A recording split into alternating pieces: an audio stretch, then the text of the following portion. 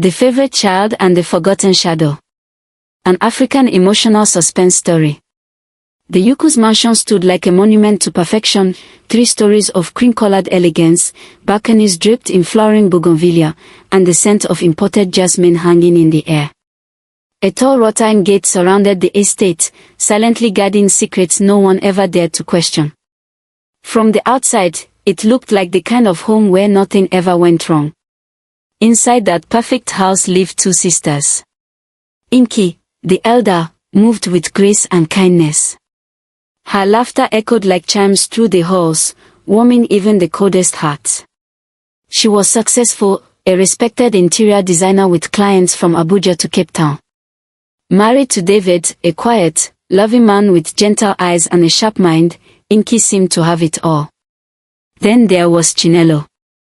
Younger by 4 years, Chinelo had grown up in Inki's shadow, beautiful in her own right, but somehow always second. Second in praise, second in admiration, second in love.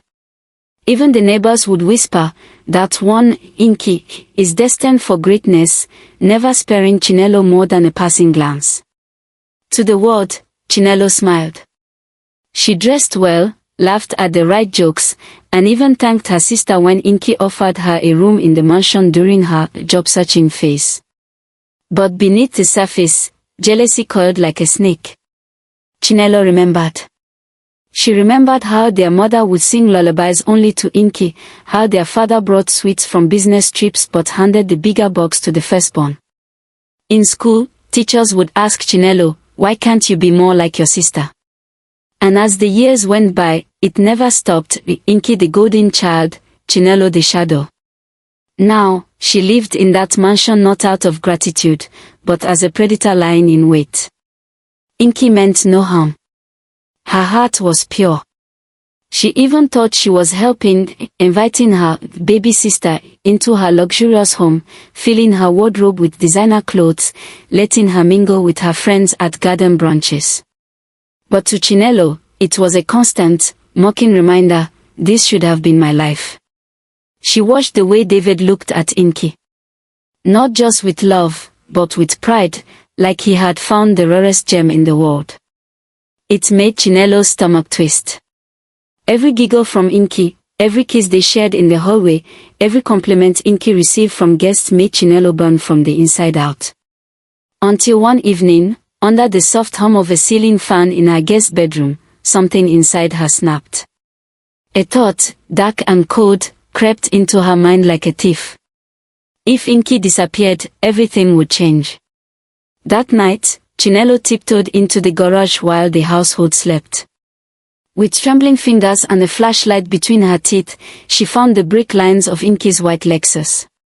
She had watched enough videos online to know what to cut. Snip. A single sound in the silence of the night. She stepped back, heart racing. The next morning, Chinelo waited. She watched from the window as Inki stepped into her car, smiling, waving goodbye. David kissed her cheek. The gate rolled open. Then, silence. Then, chaos.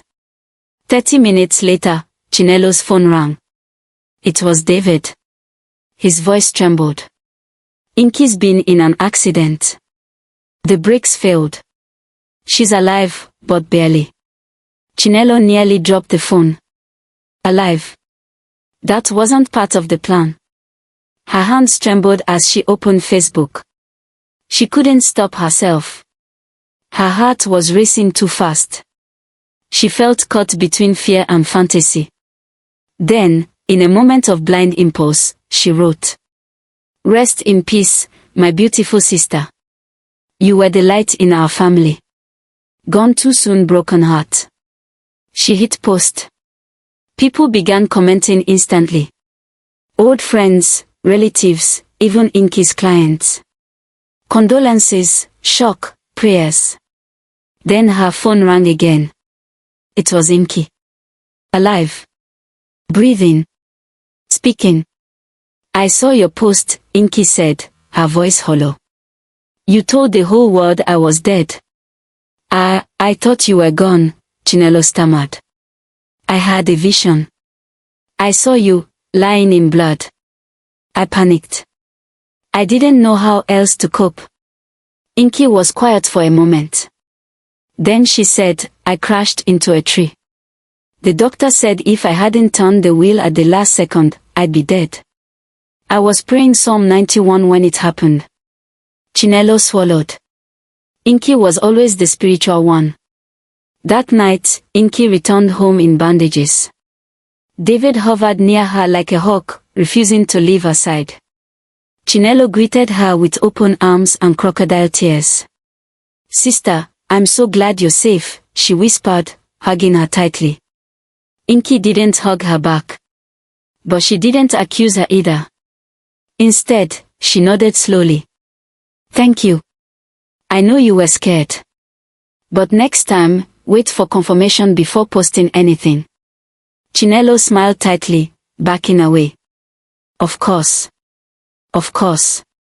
I'm just so relieved. But inside, something else was brewing. She had failed. But next time, she wouldn't. The snake beneath the seat. An African suspense story continues. The scent of lavender still clung to the leather seat of Inki's Lexus, even though the shattered windshield had been replaced and the dashboard realigned. But to Inki, the car no longer felt like her sanctuary. Ever since the accident, something had shifted, not just in the car, but in her heart. She couldn't let go of the feeling. The brakes had failed. The mechanics claimed it was a freak fault in the hydraulic system. But how? The car was barely 2 years old, serviced regularly, always kept spotless. It didn't add up. And Chinelo's behavior, that Facebook post. The tears that came too quickly. The hug that felt too rehearsed. Inki had tried to explain it away. Maybe Chinelo panicked. Maybe grief does strange things to people. Maybe she just made a mistake. But something inside her whispered, she wanted me gone. Inki began paying attention.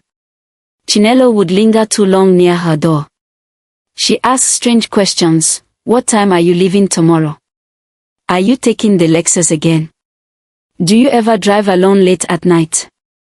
Each time Inki responded with a smile. But beneath that smile, her spirit was quietly sharpening its sword. Meanwhile, far from the city, Chinelo stood at the edge of a forgotten market.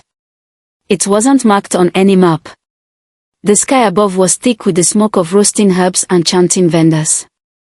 There, among stalls of dried bones, red cloths, and carved gods, she found what she was looking for. An old man with eyes like burned coals sat cross-legged beside a clay pot. I was told you sell living things, Chinelo whispered. The old man didn't look up. I sell what is needed, not what is wanted. She leaned closer. I need a snake. A black one. The kind that doesn't warn before it strikes. Only then did he raise his head. Snakes follow spirits, he said. You bring this to someone pure, and it won't bite, it will coil and die. But if your hands are full of shadows, it will turn on you. I don't care, she said, pressing a crumpled wad of notes into his palm. The old man gave her a small woven basket. Inside, something shifted, silent, slow, deadly. That night, Chinelo struck again. While the house was quiet and David was away on a business trip, Chinelo crept into the garage with the basket hidden under a shawl. She opened the driver's side door, heart pounding. With trembling hands, she lifted the snake from the basket using tongs. Its black scales shimmered under the garage light. Its tongue flicked out once, as if tasting her soul. She slid it beneath the seat. Sleep well, sister, she whispered. Morning came. Inki, tired but determined, grabbed her bag and keys. Chinelo sat by the window, pretending to sip tea. Her eyes followed Inki's every movement like a hawk watching a lamb. The engine purred to life. The car rolled through the gates. Chinelo waited. 10 minutes. 15. Then, her phone buzzed. A crash. Inki's Lexus had rammed into a concrete barrier outside a supermarket plaza. People were gathered, pulling her from the vehicle. She was alive. Again. Bruised. Shaken. But alive. Later that evening, Inki sat in her room, wrapped in a shawl, eyes wide with confusion and fear. The paramedics had found the snake dead, its neck broken, its body crushed between the seat rails. It was real. Not a dream. She remembered the moment she saw it slither out. The way her heart had nearly stopped. She'd swerved hard. Hit the brakes. Slammed the car into a wall. But as she lay half-conscious, bleeding from the forehead, a woman had come running.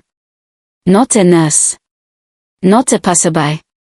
An old woman in a red headscarf, barefoot, eyes cloudy but knowing. She had placed her wrinkled hand on Inki's shoulder and whispered. Your blood is too protected for darkness to swallow. But your enemy is close. Closer than breath. Then, just like that, she vanished. Inki stared at the mirror across her room now. Her mind was racing. The brake failure. The snake. The tribute post. The vision. Her sister. Her own flesh and blood. Could it really be her? Inki stepped into Chinelo's room that night. Chinelo sat painting her nails, humming. You heard about the snake? Inki asked quietly. Chinelo widened her eyes. Yes. How horrifying. You must be cursed, sister. Maybe you should see a spiritualist. Inki tilted her head. Or maybe someone near me is the curse. Chinelo froze, but only for a second. What do you mean? Inki smiled. Just thinking out loud. She turned and walked out. But the war had begun, shadows of the past. The snake strikes twice, but the spirit strikes back. The silence in the Yuku's mansion had grown thick, like the air before a thunderstorm. Inki no longer walked without watching shadows. Her laughter had dried up. Her spirit was alert, like a lioness sensing a predator in her own den. She knew now, the danger was not outside. It was within. Inki begins to investigate. She moved quietly, hiding her intentions behind polite smiles and routine errands. But behind the scenes, she was gathering puzzle pieces. First, she visited the mechanic who had repaired her brakes after the first crash. Did anyone come here asking about my car before the accident? She asked. The mechanic hesitated. A woman. Slim. Fair-skinned. Wore big sunglasses. Asked if the car was ready. I thought she was your assistant. Inki's heart sank. Next stop, the neighborhood's secret eye. Inki met with Mrs. Econom, the old widow across the street who had a doorbell camera and a suspicious mind. Together, they reviewed the footage. Twice, in the dead of night, Chinelo's figure appeared. First, by the garage on the night before the brake failure. Then again, carrying something under a shawl the night before the snake incident. She said she was going out to pray that night, Inki muttered bitterly. Confrontation. That evening, she stood at Chinelo's door, holding the printed steel frames in her hand. You were in the garage? Twice. Explain that to me. Chinelo looked up, eyes widening. I went there to pray. You know how I fast and anoint the house. Inki tossed the pictures onto the bed. Praying. With a basket under your shawl. And how did you know the snake was black? I never told anyone that. A bit. Chinelo's face darkened, just for a moment. You're paranoid, she hissed. No. I'm finally waking up. Spiritual journey. The next day, Inki packed a small bag and left for her late mother's hometown, a remote village where the wind whispered secrets through the trees. She found Mama Ojugo, a traditional seer known for reading destinies through flames and bones. The old woman greeted her without a word, pulling her into a smoky hut lit with candles and incense. As the flames danced, she spoke. Your sister walks with two shadows, hers and the one her jealousy invited. She once loved you, but that love rotted into bitterness. Now, it is no longer her alone. Something older, something darker has entered her heart. Inki trembled. Can she be saved? Mama Ojugo looked deep into the fire. Only if she chooses to. But beware, if she spills blood again, it will not be just yours. A warning from the beyond. That night, Inki dreamt of her grandmother. They stood in the family living room, only everything was drowned in darkness, except for a glowing figure. Her grandmother appeared, regal in her white wrapper, holding a staff carved with snakes. Inki, you are shielded, the spirit said softly. But the one you call sister seeks to bite the hand that once fed her joy. Inki clutched her chest as a snake emerged from her ribs in the dream, biting her heart. Her grandmother struck it with the staff, and it turned to dust. Blood must not spill under the same roof again, she warned. Or both sisters will be lost. Laying the trap. Inki woke with purpose. She called David, asked him to stay another few days at the retreat. Then she made a bold decision: she would not run. She would not hide. She would bait the darkness. She posted on social media that she was flying out of town for a business trip. She packed a suitcase, left it in the hallway. Then she rented a decoy car, an old sedan, and parked it in the garage where her Lexus usually stood.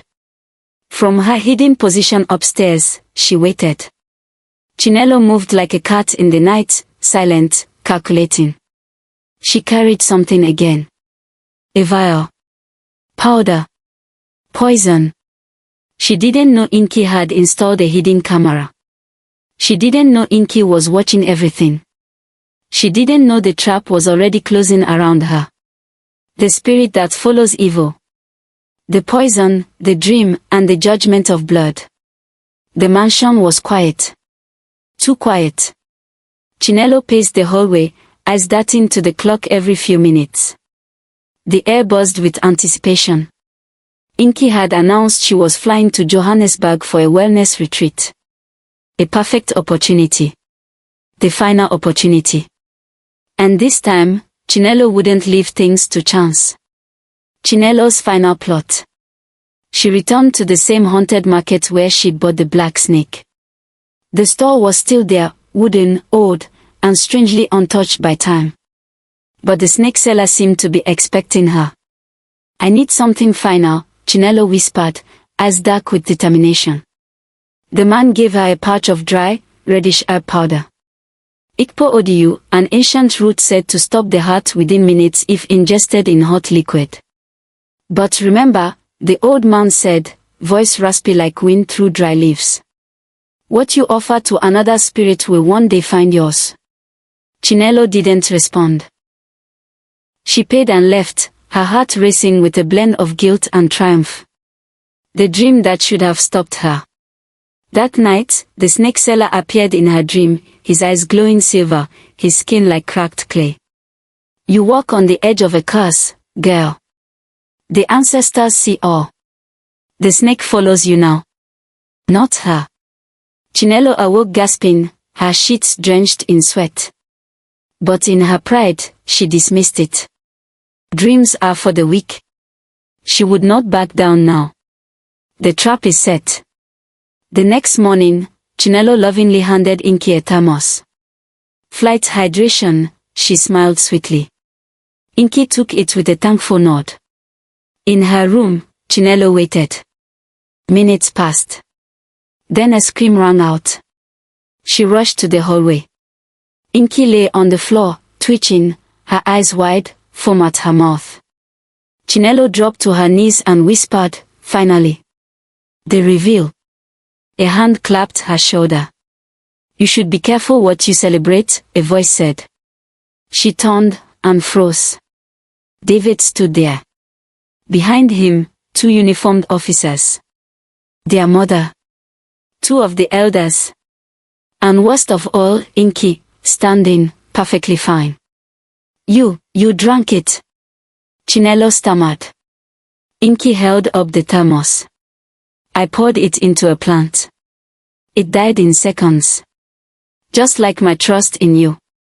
David tapped a small device in his hand. You've been recorded, everything. The camera. The confession. Even last night, when you thought you were alone and said, this time, no trees will save her. A family torn apart. Their mother collapsed into the nearest chair, sobbing uncontrollably. Chinelo, my daughter, why? Chinelo sank to the floor, shaking. I was always second best. You gave her everything. I was the shadow, the nothing. Tears flowed freely now, not of triumph, but of torment. She was perfect. I was invisible. I wanted to be seen, even if it meant becoming a monster. Judgment, the old way.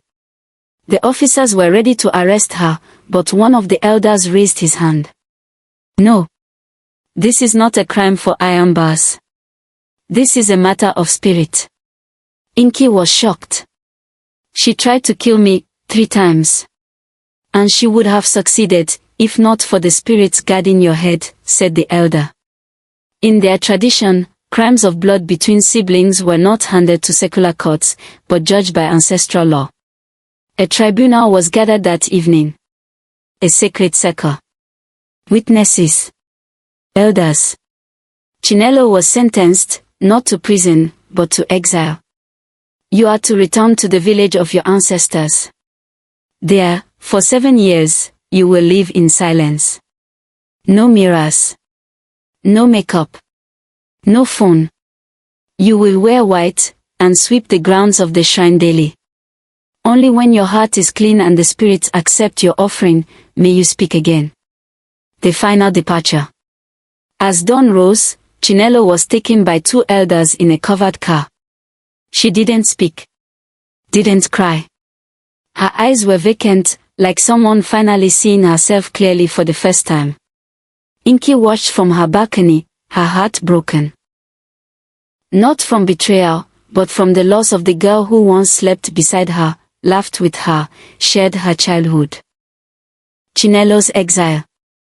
The road to the mountain village was long and winding, swallowed by thick mist and the silence of forgotten gods. Chinelo arrived with no phone, no mirror, no adornments, only a white wrapper, bare feet, and shame too heavy to carry. The old priestess, Mama Yudoka, lived in a clay hut surrounded by sacred stones. Her eyes were pale with age, but sharp with spirit sight. You came here with poison in your bones, she said. But the soul can be washed, if the heart is willing. Each day, Chinelo fetched water from the river, swept the shrine floor, and lit incense for ancestors she once mocked. At night, she slept on a woven mat beneath a leaky roof, waking often from dreams, some terrifying, others healing. She saw visions, herself as a child hiding behind Inki, herself trying to poison the one person who once called her Nelo baby. Days became months. She stopped resenting the silence. She started hearing the voice within. Inki's healing. Back in the city, Inki struggled too. The bruises from the accidents faded, but the wounds in her spirit lingered. How could the sister she loved try to kill her? She sought healing through counseling, long walks through her grandmother's prayer garden, and the warm arms of David. At night, she often cried. But one day, she didn't.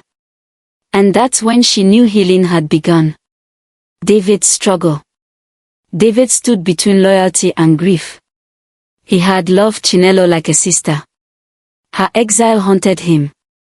She needed help, he told Inki once. She needed boundaries, Inki replied. Still, David sent food and books to the priestess, anonymously.